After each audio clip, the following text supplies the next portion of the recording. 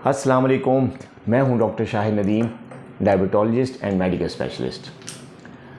आज हम बात करेंगे ऐसे कई सवालात पे जो लोग वक्तन फ़वक्तन फ़ोन पे, पेज पे, ग्रुप पे पूछते रहते हैं।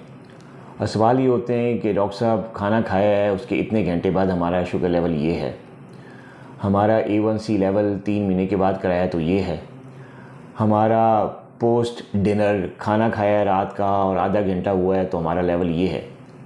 तो हमें बताएं कि ये ठीक है कि नहीं। तो आज हम बात करेंगे डायबिटिक पेशेंट्स के डिफरेंट टारगेट्स पे, जो उनके ब्लड शुगर टारगेट्स हैं, ख्वाह वो 3 महीने वाला टेस्ट ही क्यों ना हो, ख्वाह वो पोस्ट मील हो, ख्वाह वो फास्टिंग लेवल हो। तो हम इन टारगेट्स पे आज बात करेंगे ताकि हमारे डायबिटिक पेशेंट जितने हैं, हमारे जो मीठे दोस्त हैं, उनको पता होना चाहिए कि आया जब वो खाना खाते हैं तो घंटे बाद कितना होना चाहिए, 2 घंटे बाद कितना होना चाहिए, कितना कंट्रोल लेवल है, कितना नॉर्मल है, कितना एबनॉर्मल है, ताकि उसके लिहाज से वो अपनी डॉक्टर से भी मशवरा कर सकें कि हमारी चीज़ ठीक जा रही है नहीं, या वो ख़ुद से अगर कोई डोज़ में चेंज करना चाहें तो वो कर सकें। तो आज हम बात करेंगे डायबिटिक पेशेंट के टारगेट्स पे। सबसे पहला जो टारगेट हम देते हैं वो फास्टिंग ब्लड ग्लूकोज का है। हर डायबिटिक पेशेंट को जब वो डायग्नोज होता है, उसको दवाई प्रिस्क्राइब होती है, इंसुलिन हो चाहे गोलियां हो, तो उसको कहा जाता है कि जी आपने जब आपका इलाज शुरू हो रहा है तो कुछ अरसे बाद या कुछ दिनों के बाद आपने अपने ब्लड शुगर लेवल्स घर पे ग्लूकोमीटर के साथ मॉनिटर करने। अब जो टारगेट्स उनको बताए जाते हैं या जो लेवल्स उनको बताए जाते हैं मरीज़ को डॉक्टर की तरफ से, वो होते हैं 3-4। एक तो उनको कहा जाता है कि आप जब सुबह उठते हैं तो हफ्ते में कम से कम 2-3 दिन आप अपना जो फास्टिंग लेवल है, निहार मुँह नाश्ते से पहले जो है वो ज़रूर चेक करें और उसको एक टेबल पे, कागज़ पे लिख लें, नोट डाउन कर लें डेट के हिसाब से। दूसरा हम उनको बताते हैं कि आप अपने जो खाने हैं जितने भी, अगर आप 2 मील्स ले रहे हैं, ब्रेकफास्ट या डिनर, तो उसके 2 घंटे के बाद का, हर खाने के 2 घंटे के बाद का लेवल चेक करके लिखें, नोट डाउन करें। अगर आप 3 मील्स ले रहे हैं जिसमें लंच भी है, डिनर भी है, ब्रेकफास्ट भी है, तो फिर इन तीनों खानों के 2-2 घंटे के बाद का लेवल भी कम से कम 1 या 2 दफ़ा हफ्ते में ज़रूर चेक करके नोट डाउन करें, ताकि एक रिकॉर्ड आ जाए जो आप वक्तन फ़वक्तन अपने मौलिद से शेयर कर सकें। कई दफ़ा हम टारगेट जो बताते हैं वो 3 महीने का ही बताते हैं। कई लोग पूछते हैं कि जी जो हम 3 महीने बाद जो टेस्ट करवाते हैं HbA1c, उसका कितना होना चाहिए, उसका लेवल कितना होना चाहिए, तो वो भी आज हम बात करेंगे। फिर एक और जो सवाल पूछा जाता है कई डायबिटिक पेशेंट्स की तरफ से, वो होता है कि जी हम डायबिटिक पेशेंट हैं, हम दवाई भी ले रहे हैं, हम कंट्रोल भी रखा हुआ है हमने, तो ब्लड प्रेशर कितना होना चाहिए। क्योंकि कई ऐसे डायबिटिक पेशेंट्स होते हैं जो शुगर की दवाई के साथ साथ ब्लड प्रेशर की अद्वियात भी ले रहे होते हैं, तो उनको भी पता होना चाहिए कि जब वो ब्लड प्रेशर चेक करवाएं तो उनका ब्लड प्रेशर कितना होना चाहिए, ताकि अगर ब्लड प्रेशर में किसी किस्म की ऊंच नीच हो रही है तो वो भी अपने मौलिद से बेहतर तौर पे मशवरा कर सकें। अगर उनको पता ही नहीं होगा क्या टारगेट है, क्या सही लेवल है, तो वो फिर चलते जाएंगे, और अगर खुदा ना खास्ता किसी किस्म की एबनॉर्मलिटी है तो आगे जाके वो किसी कॉम्प्लिकेशन को भी जन्म दे सकती है। तो पहले बात करते हैं फास्टिंग लेवल। जो हमारे डायबिटिक पेशेंट्स होते हैं, जो टाइप 2 डायबिटिक्स होते हैं, पहले उनकी बात कर लेते हैं। टाइप 2 डायबिटिक्स जो कि गोलियों पे हैं और ओरल हाइपोग्लाइसेमिक एजेंट्स पे हैं, चाहे वो 1 ले रहे हैं, 2 ले रहे हैं, 3, इर्रिस्पेक्टिव ऑफ दैट, यानी जितनी भी गोलियां आप ले रहे हैं, जो भी आपको अपने मॉलेज ने, आपके डॉक्टर ने दी हुई है, वो आप उसी तरह लें जिस तरह उन्होंने बताएंगे। लेकिन आपका जो फास्टिंग लेवल है वो आपने मेंटेन करना है। सुबह नहार मुँह का जो लेवल होता है नाश्ते से पहले, वो आपने कोशिश करना है कि वो उसको 130 मिलीग्राम पर डेसीलीटर से नीचे रखें। अगर वो 130 से 135 या 140 तक चला जाता है तो ऐसी घबराने वाली बात नहीं है, और ना ही इस पे आप अपने मौलिद से मशवरे के लिए मैं कहूँगा। लेकिन हाँ, अगर 140 145 से ऊपर चला जाता है और लगातार कई हफ्तों तक वो ऊपर रहता है, तो फिर आपको इस बात की ज़रूरत है कि आप अपने मौलिद से मिलें, चेकअप करवाएं, और डोज़ में जो भी किसी किस्म की चेंज वो करना चाहे आपका डॉक्टर वो करे। अब बात करते हैं 2 आवर्स आफ्टर मील्स।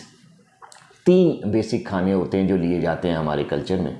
एक नाश्ता, एक दोपहर का खाना जिसे हम लंच कहते हैं, नाश्ते को हम ब्रेकफास्ट कहते हैं, और तीसरे खाने को अगर अंग्रेज़ी में रात का जो खाना है उसको डिनर कहा जाता है। तो जो पोस्ट मील या पोस्ट प्रेंडियल लेवल जो होते हैं वो 2 घंटे के बाद ही नोट किया जाता है। 2 से सवा 2 घंटे हो सकते हैं, लेकिन अगर उससे पहले आप ले रहे हैं, से 1.5 घंटे बाद या 1 घंटे बाद, तो वो लेवल्स हाई आते हैं, क्योंकि बॉडी में जब आपका खाना हज़म हो रहा होता है और ग्लूकोज जो है वो बन रहा होता है, तो ये प्रोसेस जो है कम से कम 2 घंटा खाने के बाद लगता है। 2 से 2 घंटे के अंदर अंदर खाना हज़म होके जो भी उसमें कैलोरीज़ हैं, जो भी ग्लूकोज है, वो एब्जॉर्ब होके, डाइजेस्ट होके आपके ब्लड में उसका लेवल आ जाता है।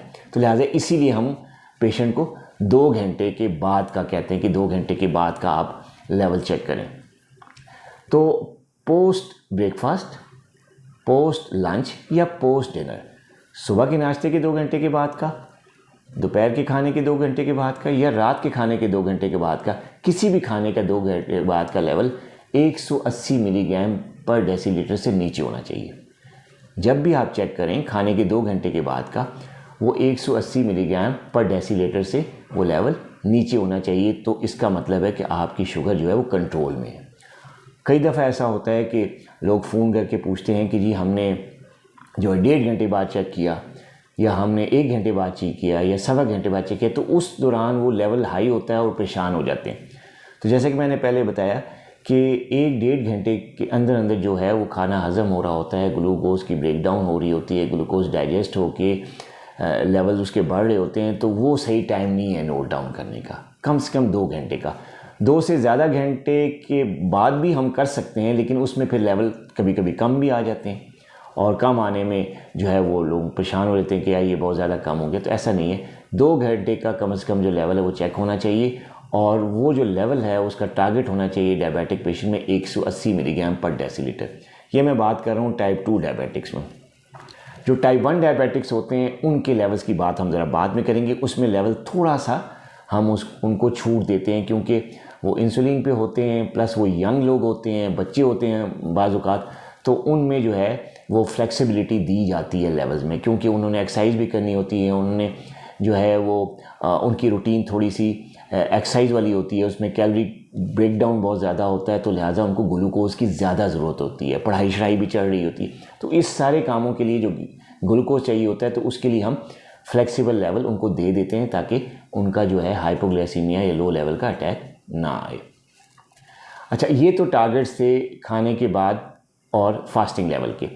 अब HbA1c पे बात करते हैं कि जो HbA1c हम लोग करवाते हैं डायबिटिक पेशेंट्स का हर 3-3 महीने बाद, या कभी 6 महीने बाद अगर वो नहीं उसको टाइम मिला, तो वो लेवल जो है टाइप 2 डायबिटिक्स में 7% से कम होना चाहिए, लेस देन 7%। अगर आपने 3 महीने बाद आपने अपना शुगर लेवल HbA1c करवाया है, तो वो अगर 7.1 है, 7.2 है, तो हम इतना छूट दे सकते हैं कि चलो ये टारगेट के नज़दीक है। लेकिन जैसे ही 7.2 से ज़्यादा हो जाता है, तो वो हम कहते हैं कि ऑफ टारगेट है। आप अपने मॉलिज से मिलें, डॉक्टर से मशवरा करें, और अपनी दवाइयों में रद्द-बदल करें, और अपने एक्सरसाइज का और मील का जो परहेज़ का है वो आप उस पर तवज्जो दें, ताकि आपका लेवल जो है लेस देन 7% हो सके HbA1c का। जो कुछ लोग जो हैं वो जब लेस देन 7% अचीव कर लेते हैं, अगर हम उनको लिख के देते हैं कि जी आपका टारगेट जो है लेस देन 7% है HbA1c का, और उनका जब वो चेक करवाते हैं उनका लेवल 6.5, 6 या 6.7 या 6.8 आता है, लेस देन 7% आता है, तो बड़े खुश होते हैं। खुशी की बात भी है कि उन्होंने अपना टारगेट जो है अचीव कर लिया होता है। लेकिन फिर दूसरा सवाल उनका ये होता है, फ़ोन करके पूछ रहे होते हैं, क्लिनिक पे आके पूछे होते हैं कि डॉक्टर साहब बस हमने टारगेट अचीव कर लिया है, तो अब दवाई छोड़ दें। ऐसी बात नहीं है। इस पर कई वीडियोज़ मैं पहले भी बना चुका हूँ, आइंदा भी मेरा प्रोग्राम है कि देखें, कंट्रोल अचीव करने का या टारगेट अचीव करने का जो मतलब हरगिज़ ये नहीं है कि आप जो है अपनी दवाई छोड़ दें। ये जो कंट्रोल हासिल किया जाता है या जो नॉर्मल लेवल हासिल किया जाता है, टारगेट अचीव किया जाता है, ये सिर्फ दवाई ही की वजह से होता है। नो डाउट आपकी एक्सरसाइज भी इसमें शामिल है, आपका परहेज़ भी इसमें शामिल है, सारी मेहनत शामिल है, लेकिन दवाई का भी रोल है। तो दवाई को अगर छोड़ेंगे तो ये टारगेट जो है दोबारा हाई लेवल पे चला जाएगा, जो कि आपके लिए ठीक नहीं है। लिहाजा टारगेट अचीव ज़रूर करें, लेकिन दवाई को जारी रखें, एक्सरसाइज प्लान को जारी रखें, और जो खाने पीने का जो परहेज़ चल रहा है उसको भी जारी रखें। अच्छा, अब हम बात करते हैं जो है ब्लड प्रेशर के टारगेट का। बाज़ लोगों के प्लान में डॉक्टर्स लिख के भी देते हैं कि जी अगर आप हाइपरटेंसिव भी हैं, डायबिटिक भी हैं, तो बीपी भी कंट्रोल में रखें।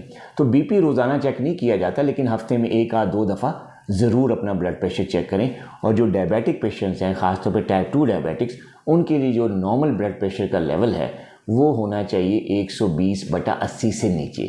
अगर आपका लेवल, आप ब्लड प्रेशर के पेशेंट हैं, डायबिटिक भी हैं और आपका लेवल 120/80 से ऊपर है, तो फिर आपको ज़रूर अपने मुआलिज से मिलने की ज़रूरत है और उनको बताएं कि जो मेरी दवाई अगर मैं ले रहा हूँ ब्लड प्रेशर की, तो वो कंट्रोल सही नहीं कर रही और मेरा टारगेट अचीव नहीं हो रहा। और अगर आप ब्लड प्रेशर के पेशेंट नहीं हैं और आप चेक कर रहे हैं कि आपका ब्लड प्रेशर जो है, आप डायबिटिक होने के बाद 120/80 से ऊपर जा रहा है, से 130 है, 140 से ऊपर वाला है, नीचे वाला 90, 95, 100 तक पहुँचा हुआ है, तो आपको ज़रूर अपने मौलिक से मिलना चाहिए, ताकि आपके जो ज़रूरी टेस्ट करवा कर तो आपको ब्लड प्रेशर की दवाई भी तजवीज़ की जा सके। अपना बहुत ख्याल रखिएगा। आइंदा मिलते हैं नई वीडियो में। अल्लाह हाफिज़।